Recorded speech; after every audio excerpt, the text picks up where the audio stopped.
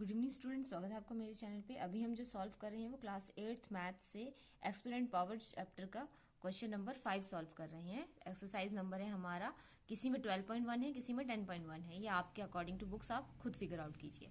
चलिए आते हैं हम अपने क्वेश्चन की तरफ। तो हमारे पास अभी जो दिया गया है वो है 5 की पावर m है डिवाइडेड बाय 5 की पावर -3 है और 5 की पावर भी 5 है। ये आपका 5th क्वेश्चन इस तरह से मेंशन है। अब आप इसको किस तरह से सॉल्व करोगे, देखो सबसे पहले तो आप ये जो 5 की पावर m है और डिवाइडेड बाय 5 की पावर -3 है, इसको इस तरह से ब्रैकेट में ले लो।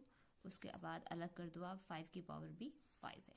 ठीक है, ये आपका इस तरह से सॉल्व होता है। आगे आप क्या करोगे कि जब भी कभी आपका इस तरह से सेम होता है ना, आपका अगर a है आपका m और वहीं पर डिवाइडेड बाय a है आपका n, तो आप क्या करते हो, a को कर देते हो m माइनस n।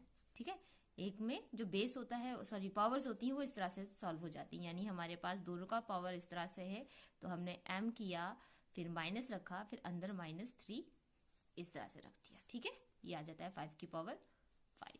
ठीक है, अब आई समझ में। अब माइनस माइनस क्या हो जाता है, प्लस। तो हम यहाँ करेंगे m माइनस माइनस प्लस, और ये हो गया हमारा 3, और ये हो जाता है हमारा 5 की पावर 5। ठीक है, आया समझ में, इस तरह से।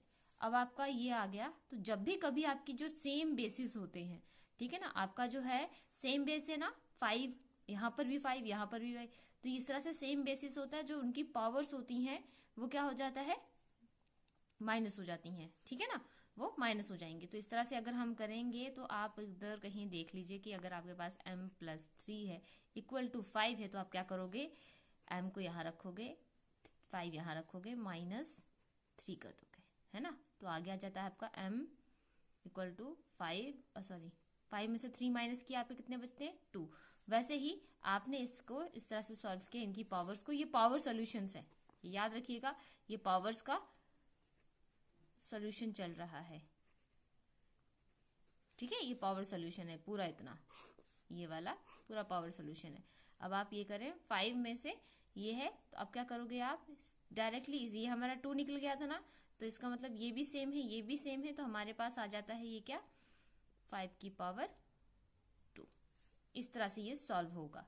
ठीक है, ये इस तरह से सॉल्व हो चुका है।